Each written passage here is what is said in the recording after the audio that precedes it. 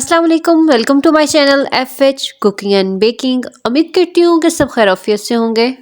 आज की ये एक छोटी सी वीडियो आपके हज़ारों रुपए की बचत करवाएगी, क्योंकि आज हम बना रहे हैं वाइट सॉस पास्ता, जो कि बिल्कुल बगैर किसी चीज़ के बनेगा। तो चलिए रेसिपी स्टार्ट करते हैं। यहाँ पे मैंने एक पैन लिया है और उसके अंदर हाफ कप के करीब मैं कुकिंग ऑयल डाल दूँगी। कुकिंग ऑयल को आपने मीडियम फ्लेम पे आपने अच्छे से गर्म कर लेना है। जब कुकिंग ऑयल अच्छे से गर्म हो जाएगा तो उसके अंदर मैं बोनलेस चिकन ऐड कर दूंगी। बोनलेस चिकन को ऑलरेडी मैंने वॉश कर लिया था, जो कि मैंने सिरका और नमक लगा के रखा था 10-15 मिनट के लिए, और उसके बाद मैंने इसको अच्छे से वॉश किया।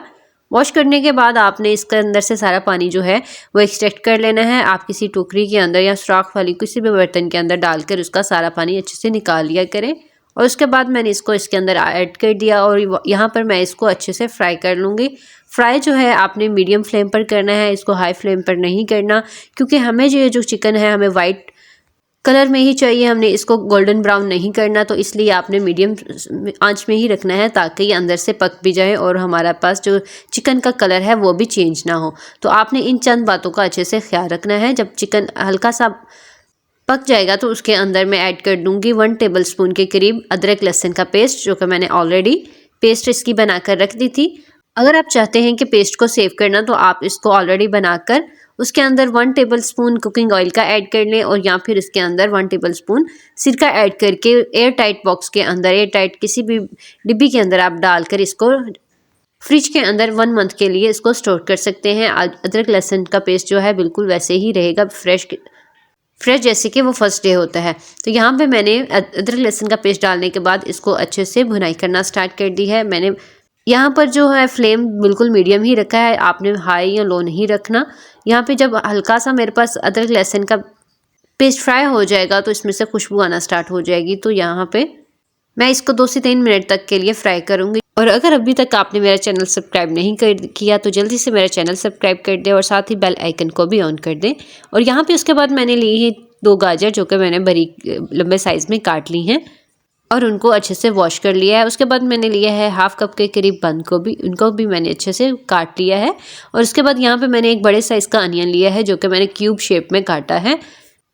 और इस तरह जो है मैं इनको हल्का सा शैलो फ्राई करूँगी। यहाँ पे मैंने इसको फुल कुक नहीं करना। और हमारे पास जो भी चाइनीज़ फूड होता है उनको हमेशा जो है आपने हाफ कुक रखना होता है, फुल कुक नहीं रखना, क्योंकि यहाँ पे हमने चिकन को ऑलरेडी अच्छे से पका लिया है। तो इसलिए यहाँ पे जो वेजिटेबल्स हैं उनको हाफ कुक करूँगी, हल्का सा इसको शैलो फ्राई करके मैं साइड पे रख दूँगी। तो यहाँ पे आप देख सकते हैं मैंने इन सब वेजिटेबल्स को एक साथ ही ऐड कर दिया है ताकि ये इक्वली अच्छे से पक जाएँ। और उसके बाद इसके अंदर कुछ वेजिटेबल्स जो है मैं और ऐड करूँगी। आप वेजिटेबल्स को चेंज भी कर सकते हैं, इसकी जगह आप शिमला मिर्च भी ऐड कर सकते हैं। तो यहाँ पे मैंने हाफ कप बॉयल जो है मटर ऐड कर दिए हैं। यहाँ पे मटर जो है हमने बॉयल करके रख लिए थे, तो इसलिए हमारे पास ये जो बाकी वेजिटेबल्स हैं वो अच्छे से शैलो फ्राई हो जाएंगे। तो उसके बाद इसके अंदर चंद स्पाइसेस ऐड करेंगे। और इस वाइट सॉस पास्ता के अंदर स्पाइसेस जो हैं बिल्कुल स्पेसिफिक से ऐड होते हैं, बहुत ज़्यादा इसमें स्पाइसेस ऐड नहीं होते। और इसमें रेड चिली और ग्रीन चिली तो बिल्कुल भी ऐड नहीं करनी है हमने। उसके बाद हम इसमें ऐड कर रहे हैं चाइनीज़ सॉल्ट, और इसके साथ ही मैं इसके अंदर ऐड कर दूंगी सिंपल सॉल्ट।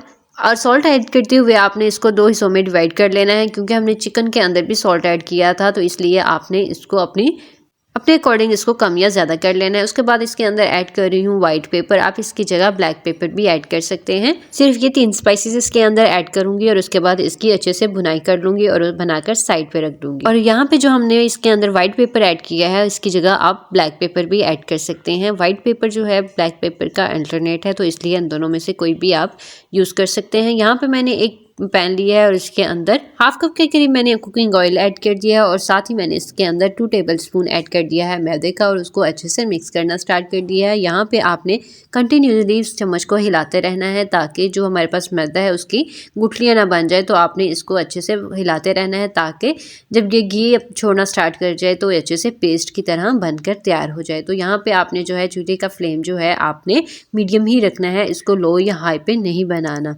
अगर आप इसको हाई कर देंगे देंगे तो ये जल जाएगा, और अगर आप इसको बिल्कुल लो कर देंगे तब भी इसके अंदर क्लम्स बनना स्टार्ट हो जाएंगे। तो जो हमें कंसिस्टेंसी इसके अंदर चाहिए वो हमें नहीं मिल पाएगी। उसके बाद मैंने इसके अंदर ऐड कर दिया है फुल फैट मिल्क, जो कि मैंने 1 कप लिया है, और उसके बाद इसको फिर से मिक्स करना स्टार्ट कर दिया है। यहाँ पे आप जो है फ्लेम को थोड़ा सा हाई कर लें ताकि हमारे पास जो इसके अंदर हमने दूध ऐड किया है वो जल्दी से डिज़ोल्व हो जाए और इक्वली हमारे पास अब पेस्ट जो है तैयार हो जाए। तो यहाँ पे आप देख सकते हैं जैसे ही मैंने इसके अंदर दूध ऐड किया था तो वो फ़ौरन से ही ये गाढ़ा होना स्टार्ट हो गया था, क्योंकि हमने उसके अंदर मैदा ऑलरेडी डाल दिया था, तो इसलिए ये फ़ौरन से ही हमारे पास पेस्ट रेडी हो जाती है। उसके बाद मैंने इस पेस्ट के अंदर ऐड कर किया है चाइनीज़ सॉल्ट, जो कि मैंने 1 टेबल स्पून यूज़ किया है, और उसके बाद मैं इसके अंदर ऐड करूँगी 1 टेबल स्पून ब्लैक पेपर। और यहाँ पे जो है ब्लैक पेपर की क्वांटिटी आप कम कर सकते हैं। तो उसके बाद मैं इसको अच्छे से मिक्स कर दूँगी और इसको लो फ्लेम पर बनाना स्टार्ट करूँगी। और साथ ही मैंने इसके अंदर ऐड कर दी है 1/2 टेबल स्पून नॉर्मल सॉल्ट का। तो आप देख सकते हैं हमारे पास बहुत ही अच्छी और टेस्टी जो है क्विकली वाइट सॉस जो है रेडी हो चुकी है। एक इंग्रेडिएंट इसके अंदर और जाएगा जो कि ऑप्शनल है, अगर आपके पास हो तो वो आप डाल सकते हैं, अगर ना नहीं हो तो यहाँ पे भी हमारे पास जो सॉस है ऑलरेडी बहुत ही अच्छी सी टेस्टी रेडी हो चुकी है। यहाँ पे इसके अंदर मैं ऐड कर रही हूँ 1 table spoon chicken spread, chicken mayonnaise भी आप इसे बोल सकते हैं। अगर आपके पास सिंपल मायोनीज़ है तो वो भी आप इसके अंदर यूज़ कर सकते हैं, अदरवाइज़ अगर आप नहीं भी ऐड करते तब भी हमारे पास जो है ये बहुत ही अच्छी टेस्टी पेस्ट जो है रेडी हो जाती है।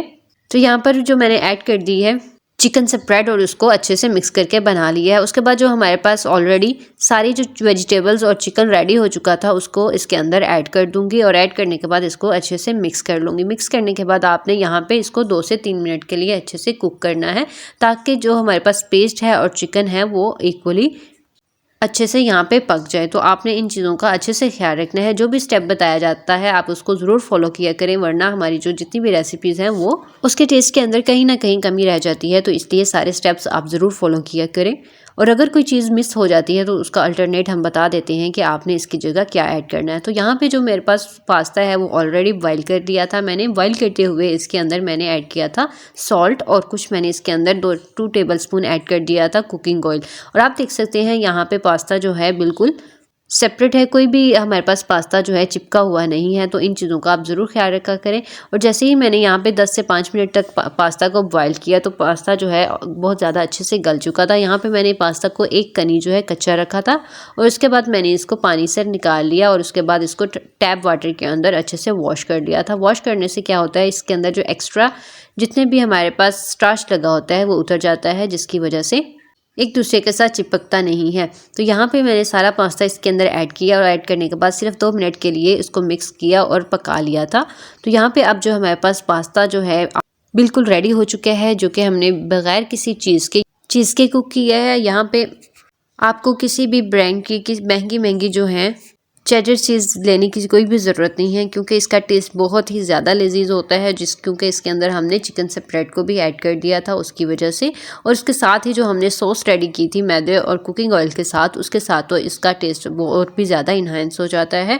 तो यहाँ पे जो है हम इसको अब सर्विंग प्लेट के अंदर ऐड करेंगे। जब आप इस रेसिपी को ट्राई करें तो अपना फीडबैक ज़रूर शेयर करें, क्योंकि ये आप हमारे लिए बहुत ही ज़्यादा ज़रूरी होता है, इससे हमारी हौसला अफजाई होती है। इसके अलावा भी मेरे चैनल पर आपको बहुत सी रमज़ान स्पेशल रेसिपीज़ मिल जाएंगी। वीडियो अच्छी लगी हो तो दूसरों के साथ ज़रूर शेयर किया करें, क्योंकि दूसरों के साथ नॉलेज शेयर करना भी सदका जारिया होता है। और इसके बाद लास्ट पे मैं इसके ऊपर गार्निशिंग के लिए सब्ज़ धनिया ऐड कर दूँगी। वीडियो अच्छी लगी हो तो लाइक, सब्सक्राइब और शेयर करना मत भूलिए। Thank you.